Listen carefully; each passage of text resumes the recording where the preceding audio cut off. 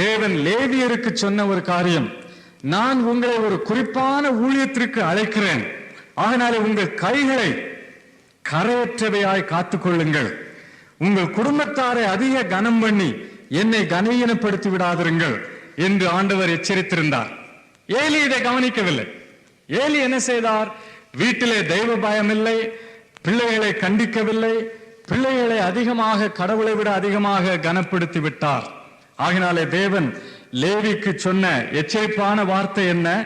1 Samuel 2வது அதிகாரத்தில் லேவிக்கு அவர் சொன்ன இந்த எச்சரிப்பை நாம் மறுபடியும் எடுத்து பார்ப்போம். 1 சாமுவேல் 2வது அதிகாரம் 30வது வசனம். இஸ்ரவேலின் தேவனாகிய கர்த்தர் சொல்லுகிறதாவது, உன் வீட்டாரும் உன் பிதாவின் வீட்டாரும் என்றைக்கும் என் சந்நிதியில் நடந்து கொள்வார்கள் என்று நான் நிச்சயமாய் சொல்லியிருந்தும் இனி அது எனக்கு தூரம்